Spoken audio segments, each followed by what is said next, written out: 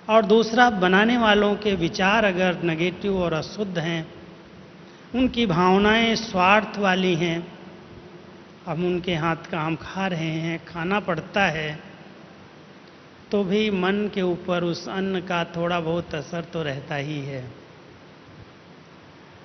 और तीसरी बात है, जो कुछ हम देखते हैं, पढ़ते हैं, सुनते हैं, जो दृश्य और श्रव्य हैं, चाहे वो टेलीविज़न के द्वारा, चाहे वो रेडियो अखबार के द्वारा, जो भोजन बुद्धि का है, जिसको हम कहते हैं पढ़ाई, अगर वो किसी भी प्रकार का अश्लील है, नेगेटिव है, व्यर्थ है, तो वो भी हमारे मन को अपनी ओर आकर्षित करता है। कोई कितना भी कहे, मेरा कोई भी सीन देखने से संकल्प नहीं चलते, हमने ये सीरियल देखी, हमने ये सीन देखी, लेकिन हमारे ऊपर उसका कोई प्रभाव नहीं पड़ता। लेकिन ऐसा होता नहीं है, जरूर थोड़ा बहुत छाप डाल करके वो चला जाता है। इसलिए बाबा ने हम सबको इस श्रीमत की लगाम दी है, बच्चे इस बाउंड्री को क्रॉस नहीं करो, नहीं तो ये मन आपको उलझन में डाल देगा। इसको जीतना तो बहुत बड़ी बात है, योग का अच्छा अनुभव करने नहीं देगा। इतनी श्रेष्ठ भाग्यवान जीवन से आप वंचित रह जाएंगे। बाबा की मुरली सुनते भी ऊपर से निकल जाएगी, ऐसे लगेगा पता नहीं क्या सुना। इसलिए अगर श्रीमत की लगाम मजबूत है, श्रीमत में कई बातें हैं, बाबा ने अमृत वेले से रात्रि सोने तक उठने की, बैठने की, पढ़ाई की, संग की, भोजन की, सैर की, व्यवसाय की, निंद्रा की, हर प्रकार की श्रीमत दी है। अगर आप सभी इस श्रीमत को नोट करें तो बाबा की मुरलियों में हर बात बहुत स्पष्ट है। और विशेष करके साकार बाबा की जो मुरलियां हम सुनते हैं, अव्यक्त बाबा ने किसी एक टॉपिक को बहुत अच्छी तरह से स्पष्ट किया है। धारणाओं की विशेष टॉपिक, वैल्यूज़ की विशेष बातें। और कई ब्राह्मण आत्माओं को ये बहुत अच्छा लगता है कि साकार बाबा की मुरली तो जंप लगती है, अव्यक्त बाबा की मुरली बहुत ध्यान से सुनते हैं, पढ़ते हैं, नोट्स लेते हैं। बहुत अच्छी बात है, क्योंकि अच्छा चिंतन है, अच्छी उसमें धारणाएं हैं। लेकिन श्रीमत क्या है, कैसे चलना, कैसे रहना, कैसे व्यवहार में आना, शिव बाबा ने बोला और ब्रह्मा बाबा ने उसको प्रैक्टिकल में किया। बाप और दादा दोनों के मिक्स महावाक्य, एक पुरुषार्थी आत्मा और एक संपन्न परमात्मा। परमात्मा के जो महावाक्य निकले, ब्रह्मा बाबा ने उसको बहुत प्यार से स्वीकार करके धारण किया और हमारे आगे एक उदाहरण प्रस्तुत किया। प्रवृत्ति में रहते हो, बाबा ने भी कहा कि मेरे जितनी बड़ी प्रवृत्ति आपको भी नहीं है, मैं बहुत बड़ा बछड़ेवाल हूँ। ब्रह्मा बाबा क्या कहता है, मैं बहुत बड़ा बछड़ेवाल हूँ, कितने मेरे बच्चे हैं और मुझे हर एक का ध्यान रखना पड़ता है। भिन्न स्वभाव हैं, भिन्न संस्कार हैं, भिन्न प्रकार की आदतें हैं, उन सबको संभालना, सबको गाइड करना, सबको मार्गदर्शन देना, सबकी पालना करना, ब्रह्मा बाबा ने सब कुछ करके दिखाया। सबके बीच में रह करके, सबके साथ रह करके, बच्चे बच्चे कह करके सिखाया भी, समझाया भी, लेकिन कहीं पर भी लटका अटका नहीं, फंसा नहीं, संपन्न बन गया, संपूर्ण बन गया। मन को उलझाया नहीं, ऐसा क्यों होता, ऐसा कैसे होता, ये भी ऐसा करता, वो भी ऐसा करता। लेकिन हर आत्मा का अपना अपना पार्ट है।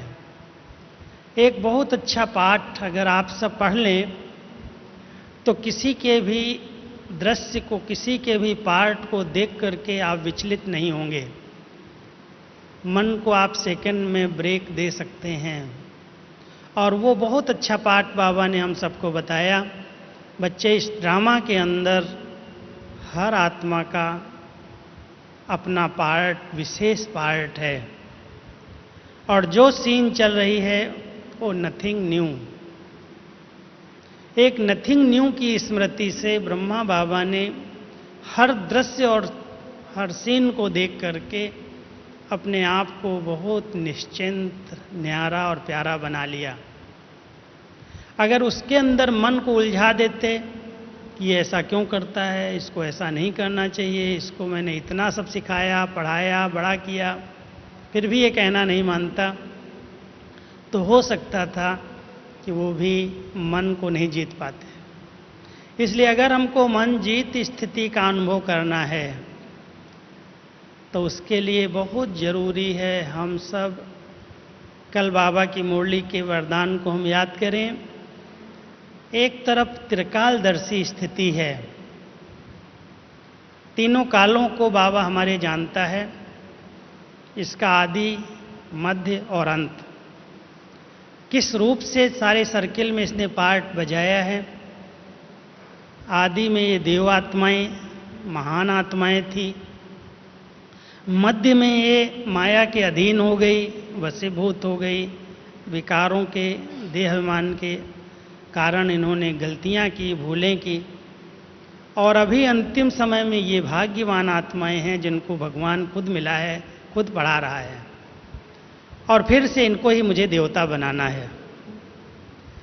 और उस त्रिकालदर्शी स्टेज में रहने के कारण बाबा हम बच्चों को कितनी बार हर प्रकार की शिक्षाएं देता है, लेकिन शिक्षाएं देते हुए थकता नहीं है।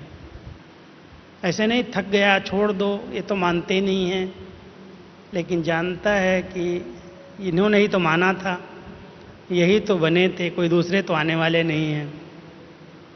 और उसी प्यार से बाबा हम सबको मीठे बच्चे कह करके हर प्रकार की शिक्षाओं से सजाता, श्रृंगार करता और फिर निश्चिंत हो जाता है। फिर कहता है इसका ये पार्ट है, ड्रामा में यही है।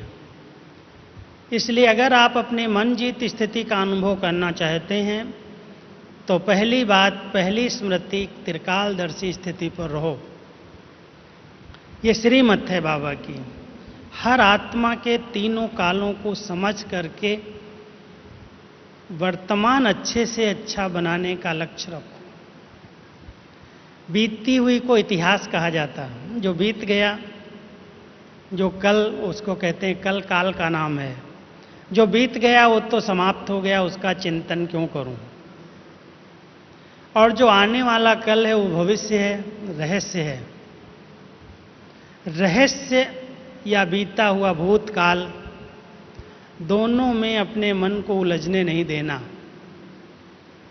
अगर वर्तमान हमारा अच्छे से अच्छा है, वर्तमान हम श्रीमत को संपूर्ण रीति से दृढ़ता के साथ पालन कर रहे हैं, श्रीमत में जरा भी अलबेलापन नहीं है, तो हम जानते हैं कल मेरा और अच्छे से अच्छा होने वाला है। निश्चित है भगवान हमें पढ़ा करके मनुष्य से देवता बनाने के लिए ट्रेनिंग दे रहा है, ये अच्छे से अच्छा होगा। इसलिए कल की भी चिंता नहीं, बीते हुए कल की भी चिंता नहीं, और आने वाले कल की भी चिंता नहीं। श्रीमत क्या कहती है? वर्तमान में जीना सीखो, वर्तमान को अच्छे से अच्छा सफल करो। हर एक ये लक्ष्य रखो कि बाबा की श्रीमत है, मेरा संगम का ये श्वास, ये संकल्प, ये समय और ये संपत्ति जो कुछ बाबा ने दी है, ये एक कौड़ी भी असफल न हो, एक सेकंड भी हमारा निष्फल न जाए। अगर इस बात को, इस श्रीमत को हम सब दृढ़ता के साथ पालन करते हैं कि संगम के इस अमूल्य घड़ियों को मुझे व्यर्थ चिंतन पर दर्शन में नहीं गंवाना है। स्वचिंतन उन्नति की सीढ़ी है। अगर सचमुच कोई मन को अपने कंट्रोल में करना चाहता है तो स्वाध्याय और स्वचिंतन करने का अभ्यासी बने। स्वाध्याय का अर्थ है स्वयं को पढ़ाना, अध्ययन करना। खुद को पढ़ाना ही स्वाध्याय है। स्वाध्याय माना कोई किताब पढ़ लेना, मुरली पढ़ लेना, वो स्वाध्याय नहीं है। लेकिन स्वयं स्वयं को टीचर बन कर के पढ़ा लेना, अपने आप से बातें करना, अपने आप को सुधारना, अपने आप को सिखाना, उसको स्वाध्याय कहते हैं। और जो आत्माएं स्वाध्याय करती हैं, क्या अध्ययन करना है बच्चे? श्रेष्ठ चिंतन, बहुत पॉजिटिव चिंतन में रहो। कभी भी कोई नेगेटिव और व्यर्थ बात न सोचना है, न देखना है, न बोलना है। अगर इतना हमारा स्वाध्याय है कि मुझे स्वयं को देखना है, स्वयं का चिंतन करना है, लेकिन कई बार स्वयं को देखने के लक्ष्य से हम अपनी कमी और कमजोरियों को बहुत देखने लगते हैं। ये भी ध्यान रखना कि अधिक कमी और कमजोरी देखने से भी हमारे अंदर निराशा, उदासी, हताशा आ सकती है। इसलिए देखना जरूर है, ऐसे नहीं हमें पता ही नहीं चले मेरे अंदर क्या है, लेकिन उसको समाप्त करने के लिए बहुत दृढ़ता से संकल्प लेना है। सोच सोच करके उसको बड़ा नहीं करना कि मेरे अंदर ये है, मेरे अंदर ये है, मैंने इतना समय योग किया है, मेरा अभी ये संस्कार नहीं जाता, ये संस्कार नहीं जाता। बहुत से बाबा के बच्चे इस उलझन में बहुत समय अपने मन को व्यस्त कर देते हैं। इसलिए बाबा अपने बच्चों को कहता है, बच्चे दिल शिकस्त दिल होल मत बनो। दिल में कभी भी अपनी अधिक कमी कमजोरियों का मनन चिंतन नहीं करो, ये भी व्यर्थ है। हमेशा अपने ऊंचे लक्ष्य को सामने रखो। मैं आत्मा कल्प कल्प की विजयी हूं। विजय मेरा जन्म सिद्ध अधिकार है। एक बहुत ऊंचा सम्मान है। मैं विजयी रतन हूं, विजय मेरा जन्म सिद्ध अधिकार है। मैंने ही विजय प्राप्त की है और मुझे ही विजयी बनना है। कोई आज कारण है, कोई हिसाब किताब है, कोई परवश स्थिति है, मैं इसको जीत लूंगा। क्यों? मेरा साथी स्वयं सर्वशक्तिमान बाप है। अगर स्वयं सर्वशक्तिमान बाप मेरे साथ है तो ये कमी और कमजोरी क्या बड़ी बात है, अपने आप खत्म हो जाएगी। लेकिन कई अपनी कमियों को ही सोचते रहते हैं, वो भी व्यर्थ चिंतन है। इसलिए श्रीमत कहती है ये लगाम बहुत टाइट करो कि मैं एक श्रेष्ठ आत्मा हूँ, मैं महान आत्मा हूँ, मैं पूज्य आत्मा हूँ, मैं देव आत्मा हूँ और मुझे ही बनना है। बन करके दिखाऊंगा। बाबा का बच्चा बना हूँ, कोई कितनी भी बड़ी बातें आएंगी, उसका हाथ और उसका साथ मेरे ऊपर है, मेरे हाथ में हाथ है। इसलिए ये बातें कोई बड़ी नहीं हैं। तो कोई भी छोटी बात को बड़ा बनाने की आदत न हो, या बड़ी बात को सोच सोच करके और बड़ा बनाने की आदत न हो। बाबा कहता है बड़ी को छोटा बना दो, छोटे को बिंदी लगा करके उसको वहीं समाप्त कर दो। कोई भी बातें आती हैं, बातें बातें रह जाएंगी, हमारी स्थिति हमारे साथ रहेगी। इसलिए मन जीत स्थिति बनाने के लिए श्रीमत को बहुत अच्छी तरह से समझ करके चलना। जैसे एक पहली श्रीमत बाबा की है, अंडरलाइन करना। आंख खुलते पहले संकल्प में बाबा के साथ गुड मॉर्निंग हो, पहले मिलन में बाबा से बातें हों। और वो तभी हो सकती हैं, कहते हैं अंत सो आदि। अगर अंत अच्छा है तो आदि अच्छी होगी। अंत माना जब हम विश्राम करने के लिए, सोने के लिए बिस्तर पर जाते हैं, अगर उस समय बाबा की याद में बहुत प्यार से बाबा को अपना पोता मेल दे करके अच्छा अच्छा चिंतन करके गुड नाइट करते हैं, तो जैसा अंत वैसी आदि होती है। वही संकल्प उठते ही इमर्ज होते हैं। लेकिन अगर आपने सोते समय अपने इस श्रीमत का उल्लंघन कर दिया, उस समय आप बातें कर रहे हैं, चर्चाएं कर रहे हैं, फिल्में देख रहे हैं, कोई नावेल्स पढ़ रहे हैं या कोई सीरियल देखते देखते सो रहे हैं, तो ध्यान रखना उसी प्रकार के संकल्प आएंगे, बाबा आपके सामने नहीं आएगा। और अगर पहले संकल्प में बाबा को भुला दिया, उसकी स्मृति नहीं आई, तो दिन अच्छा कैसे होगा। इसलिए सारा दिन अच्छा हो, सारा दिन हम मनजीत स्थिति में रहें, मन हमें फंसाए नहीं, उलझाए नहीं, भटकाए नहीं, रुलाए नहीं। उसके लिए सबसे पहली श्रीमत की लगाम है, अमृत वेले आँख खुलते ही सर्वशक्तिमान उस परम ज्योति शिव बाबा को दिव्य बुद्धि के नेत्रों से देखो। एक माता मेरे पास आके कहती है, भाई जी ये बार बार कहते आत्मा को देखो, आत्मा को देखो, आत्मा को देखो, मुझे तो दिखाई नहीं देती, ये क्या है आत्मा को देखना। हमने कहा माता जी किसने कहा देखो। कहती रोज क्लास में आप लोग कहते हो आत्मा को देखो। हमने कहा देखेंगे क्या, स्थूल नेत्रों से देखेंगे क्या? आत्मा को इन स्थूल नेत्रों से देखने की चीज है क्या? वो तो दिव्य नेत्र से ही अनुभव की जा सकती है। इसके अंदर है चैतन्य शक्ति है, देख रही है, बोल रही है, कर्म कर रही है।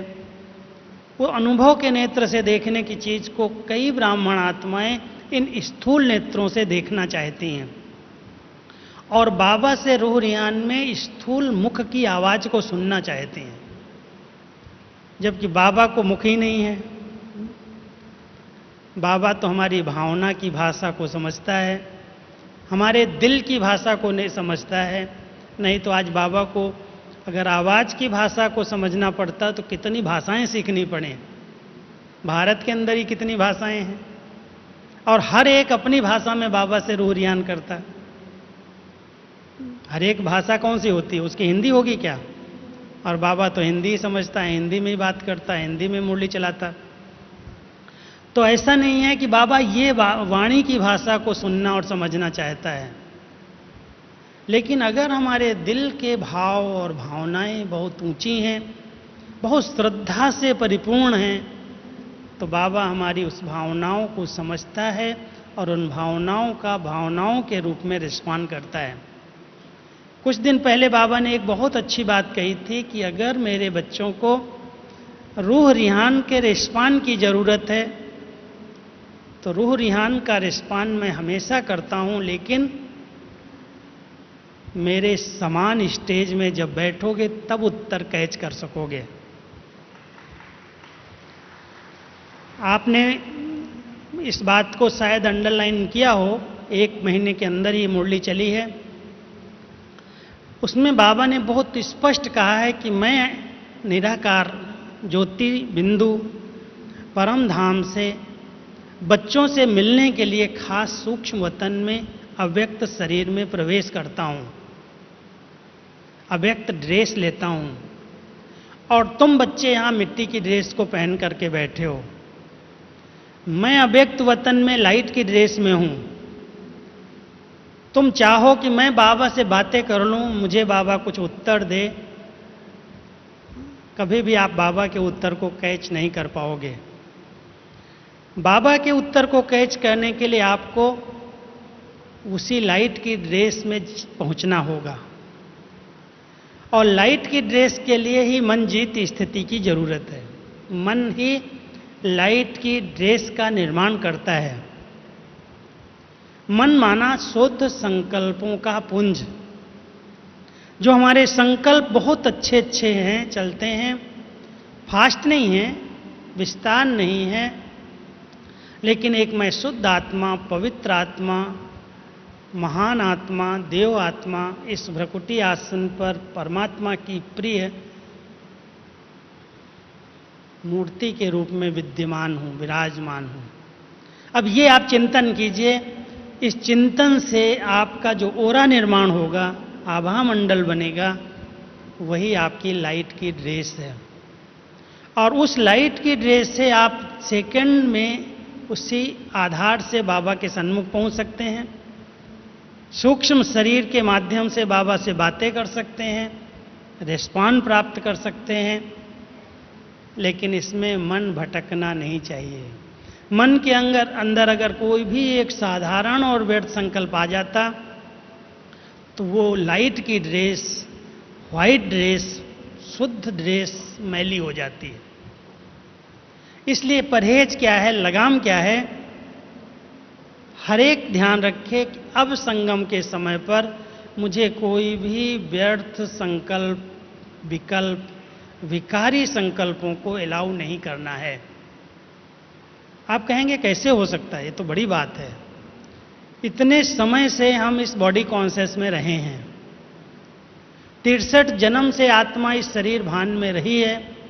शरीर के प्रति देखना, सुनना, बोलना, शरीर का ही चिंतन, शरीर का ही श्रृंगार, शरीर को ही खिलाना पिलाना, बहुत सारी बातें शरीर के साथ रही हैं। और शरीर के चिंतन को ही व्यर्थ चिंतन बाबा कहता है।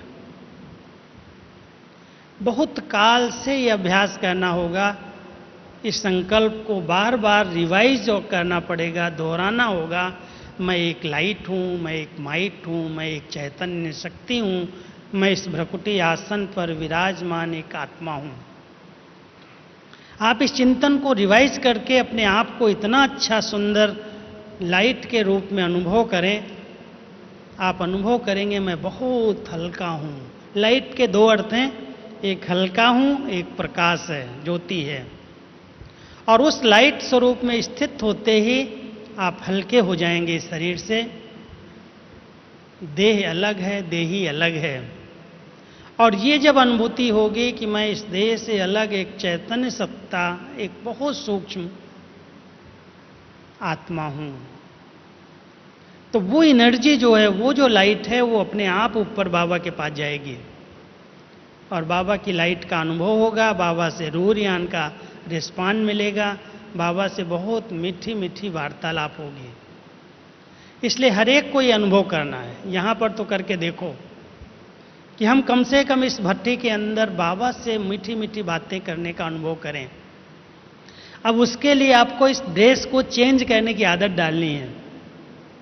मिट्टी की ड्रेस, देह भान, और इस देह से न्यारी मैं एक चैतन्य शक्ति आत्मा हूं। जब ये भान स्मृति में आता है तो चारों तरफ से एक लाइट का ओरा, लाइट का आभा मंडल बनता है और उस लाइट के आभा मंडल से हम बाबा के पास मिलन मना सकते हैं। तो बाबा की श्रीमत, देह को देखते हुए भी नहीं देखो, देह का चिंतन नहीं करो, स्वचिंतन करो, आत्मा का चिंतन करो, आत्मा का दर्शन करो। आत्मा कैसे 84 जन्म के अंदर खेल खेला, कितना श्रेष्ठ से श्रेष्ठ महान पाठ बजाया। सतयुग से लेकर के कलयुग अंत तक हम सब कितनी श्रेष्ठ आत्माएं रहे। ये स्वचिंतन उन्नति की सीढ़ी है, पर चिंतन पतन की जड़ है।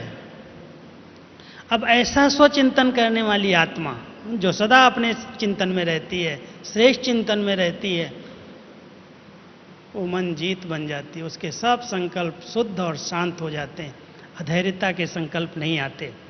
लेकिन अगर बार बार आते हैं तो ये एक रोग है। जैसे शरीर के अंदर कोई रोग होता है ना, कोई बीमारी होती है, तो उसके इलाज की दवाई चाहिए, इलाज चाहिए। और शरीर के इलाज के लिए वर्तमान समय डॉक्टर 2 राय ही देते हैं अधिकतर। एक कहते हैं एक्सरसाइज करो, योगा करो, हठ योगा करो, और दूसरा कहते हैं परहेज रखो। मन को शक्तिशाली बनाने के लिए इन 2 चीजों की बहुत जरूरत है। बीच बीच में जब समय मिले, जब आप 1 मिनट भी फुर्सत पाओ, ड्रिल करो, एक्सरसाइज करो। शरीर की नहीं, शरीर की तो भले सवेरे आधा घंटा अपने शरीर को स्वस्थ रखने के लिए कर सकते हो, मना नहीं है उसके लिए भी। लेकिन आत्मा को, मन को शक्तिशाली बनाने के लिए मन की एक्सरसाइज, अभी अभी साकार वतन में, अभी अभी अव्यक्त वतन में, अभी अभी मूल वतन में, ये ड्रिल है। इस देहभान को छोड़ा, लाइट की ड्रेस में चले गए, बाबा के सामने आए, फरिश्ता बन करके बाबा से दृष्टि ली, सकाश ली, और उस लाइट की ड्रेस को छोड़ करके निराकार बिंदु के पास पहुंच गए। 1 सेकंड में ब्रेक लगाओ। ब्रेक लगाने की बहुत अच्छी शक्ति चाहिए। जैसे मोटर चढ़ाई के स्थान पर ले जाना हो या कहीं भी फास्ट गति में ले जाना हो, तो उसकी ब्रेक को चेक करने की ज़रूरत है। ब्रेक लगती है या नहीं लगती है, कितने समय में लगती है, ब्रेक में ठीक आयल है या नहीं है। हर एक अपने संकल्पों की ब्रेक पर ध्यान दो। अगर भी अभी कहा जाए 1 सेकंड में अपने मन को स्टॉप कर दो, संकल्प की गति को रोक दो। रुक सकता है ऐसा अभ्यास किया है किसी ने? किया है? हाथ उठाओ जिसने किया है। बहुत कम है, सब नहीं करते हैं। इस गति को स्टॉप कहो, लेकिन स्टॉप रहना नहीं, स्टार्ट करो। यहां से स्टॉप करो, साकार वतन से स्टॉप करो, साकारी संकल्पों को स्टॉप कर दो और अपने शुद्ध संकल्प को फिर से उसको मोड़ दो। कोई भी ब्रेक लगाने वाला अगर गाड़ी को सिर्फ खड़ा कर दे तो मंजिल पर पहुंचेगा? ब्रेक इसलिए नहीं है कि स्टॉप करके खड़े हो जाओ। ब्रेक एक्सीडेंट के होने के समय या कोई ऐसी परिस्थिति आती तो ब्रेक थोड़ा यूज करके अपने गाड़ी को मोड़ देते हैं। संकल्पों को कभी भी शून्य नहीं बनाया जाता। हमारी समाधि निर्संकल्प समाधि नहीं है, निर्विकल्प समाधि है, निर्व्यर्थ संकल्प समाधि है।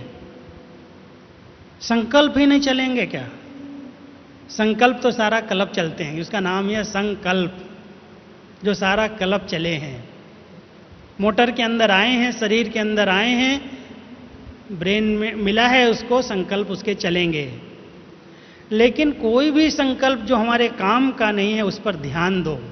ये मेरे काम का नहीं है, उसको मोड़ दो, वहां से ब्रेक लगाओ और अच्छे संकल्प में रमण करो। अगर ये कला सीख गए, ब्रेक देने की और मोड़ करके अपने मंजिल की ओर ले जाने की, आप मंजीत स्थिति का अनुभव करने लगेंगे। ये चेकिंग बहुत जरूरी है हर ब्राह्मण आत्मा के लिए कि ये संकल्प जो अभी उठ रहा है ये मेरे काम का है, इसकी रिजल्ट क्या होगी। ज्ञानी और अज्ञानी में बाबा एक ही अंतर सुनाता है। ज्ञानी आत्मा हमेशा सोच समझ करके फिर कर्म करती है। कहते हैं पहले सोच लो फिर बोलो, पहले तौलो फिर बोलो। अज्ञानी आत्मा पहले बोलती है फिर कहती है नहीं बोलना चाहिए, नहीं करना चाहिए, तो गलत हो गया, मैं चाहता नहीं था, मेरे से हो गया। अंतर तो यही है ज्ञानी और अज्ञानी में। अगर हम बाबा के बच्चे ज्ञानी तो आत्मा कहलाते हैं, हम ज्ञान मार्ग में चल रहे हैं, इतना समय से चल रहे हैं, तो उसकी पहली निशानी क्या है? सोचने के भी पहले सोच लो, बोलने के पहले भी सोच लो, करने के पहले भी सोच लो। 1 सेकेंड लगता है। और यथार्थ रूप से बुद्धि विवेक हमेशा हर एक को गवाही देता है, करना ये नहीं करना। विवेक को दबाना नहीं। बाबा ने हर एक को विवेक दिया है, दिव्य बुद्धि दी है, और उस दिव्य बुद्धि के प्रमाण जो मेरे काम का नहीं है, जो ब्राह्मण कुल की रीति के अनुकूल नहीं है, ब्राह्मण कुल की रीति के अनुकूल, हम अभी लौकिक जीवन वाले नहीं हैं, हम सब अलौकिक हैं, हम सब अल्लाह लोग हैं, इसलिए हम लौकिकता को नहीं अपना सकते। लौकिकता को स्टॉप करो, साधारणता को स्टॉप कर दो, आपके मन जीत स्थिति अपने आप बन जाएगी। जब हम लौकिक नहीं हैं तो लौकिक दुनिया की बातें करना, लौकिक चिंतन करना, ऐसा हुआ वैसा हुआ, ऐसा सरकार ने किया, ऐसा फलाने ने किया, बाबा कहता क्यों तुम अपना टाइम वेस्ट कर रहे हो, तुमको उससे क्या मिलेगा? कुछ मिलने वाला नहीं, ऐसे अपना समय गंवा रहे हो। ध्यान दो, जो चीज मेरे काम की नहीं है, जिससे मुझे कोई प्राप्ति होने वाली नहीं है, सिर्फ ऐसे ही सोच सोच करके बोल करके समय पास कर रहे हैं, उन बातों की परहेज रखो, यही लगाम है। और जिस ब्राह्मण आत्मा ने इस पर लगाम लगा ली कि जो मेरे काम का नहीं है मैं नहीं सोचूंगा, मैं अपने मुख से नहीं बोलूंगा, मैं देखते हुए भी नहीं देखूंगा, वो आत्मा मन जीत बन जाएगी। और इतना अच्छा उसका सदोरा मन जहां चाहे वहां पहुंच सकता है, जब चाहे वो पहुंच सकता है। बहुत सूक्ष्म सेवाएं अभी करनी बाकी हैं। बाबा अपने बच्चों को एक बात कहता है, प्लीज ध्यान देना। क्या कहता है? मेरे बच्चे, अभी विश्व कल्याण का बहुत बड़ा काम रहा हुआ है। प्रकृति के तत्वों को पावन बनाना, इतनी पति सृष्टि का परिवर्तन करना, इतनी बड़ी जवाबदारी वो आपके श्रेष्ठ मनसा के द्वारा ही हो सकती है। मनसा की शुद्धता के द्वारा, मनसा की पवित्रता के द्वारा, मन जीत स्थिति द्वारा आप अपने इस प्रकृति को, पांचों तत्वों को, व्यक्तियों को, उनके संस्कारों को, भटकती हुई आत्माओं को ठिकाना दे सकते हो, परिवर्तन कर सकते हो। इतनी बड़ी जवाबदारी बाबा ने अपने बच्चों को दी है। और जिस बच्चे के ऊपर कोई जवाबदारी होती है वो अलबेला नहीं होता, वो बहुत ध्यान रखता है। आप परिवार के भी अगर जवाबदार हैं तो आप एक एक पैसे का, एक एक चीज़ का ध्यान रखते हैं कि मैं जवाबदार हूँ, मेरे पीछे इतनी रचना है, उनको खिलाना है, पिलाना है, पढ़ाना है, बड़ा करना है, उनको अपने पाँव पर खड़ा करना है, मैं जवाबदार हूँ। बाबा कहता वो तो हद की रचना थी, तुम बच्चों को तो मैंने अपने बेहद की जवाबदारी दी है। प्रकृति सहित पांचों तत्वों और पूरे विश्व को नई बनाने, सतयुग बनाने की जवाबदारी है, सतो प्रधान बनाने की जवाबदारी है। और वो तभी बना सकते हो जब आप मन जीत स्थिति में रहो। कोई भी मन आपका ऐसा न चले, क्यों, क्या, कैसे कि उलझन में न जाए, कोई व्यर्थ न करे, न नेगेटिव सोचे, न पर चिंतन करे। अपने आप देखो ये मन जीत स्थिति मनसा सेवा के निमित्त बन जाएगी। आपके मन के संकल्प आपके विश्व को पहुंचेंगे। हम लोग जो आज यौगिक खेती की बात करते हैं, आप लोगों ने सुना होगा, बहुत सारे किसानों को हम ये बता रहे हैं, इसी भावना से बताते हैं कि प्रकृति की सेवा करें। ये प्रकृति के पांचों तत्व बहुत दुखी हो गए हैं, बहुत परेशान हैं और हमको भी परेशान कर रहे हैं। कहीं बरसात नहीं पड़ रही है, कहीं बाढ़ आ रही है, कहीं भूकंप आ रहे हैं, कहीं ज्वालामुखी फट रही। पांचों तत्वों को तमो प्रधान देख रहे हैं हम सब, कितना अति कर रहे हैं। और बाबा कहता तुम मेरे बच्चे ही इनकी सेवा कर सकते हो, इनको शांत कर सकते हो, इनको पावन बना सकते हो, सतो प्रधान बना सकते हो। लेकिन इसके लिए फुर्सत है समय। कुछ मिनट के लिए एकदम स्थिर और एकाग्र हो करके बैठो। अभी बिठाता हूं मैं। इन पांचों तत्वों को अपने सामने इमर्ज करो। एक बार हमारी दादी जी ने जब शरीर छोड़ा ना, तो एक संदेश आया कि जब दादी यहाँ से इस वतन में आई तो पांचों प्रकृति के तत्व, अग्नि, जल, वायु, पृथ्वी, आकाश, वो सब देवी देवता के रूप में सजे हुए खड़े थे और उनके हाथ में बहुत बड़ी माला थी। उन तत्वों ने दादी जी का आह्वान किया कि हे प्रकृति जीत, प्रकृति पति, तुम आई हो, तुम्हारा मैं स्वागत करता हूं।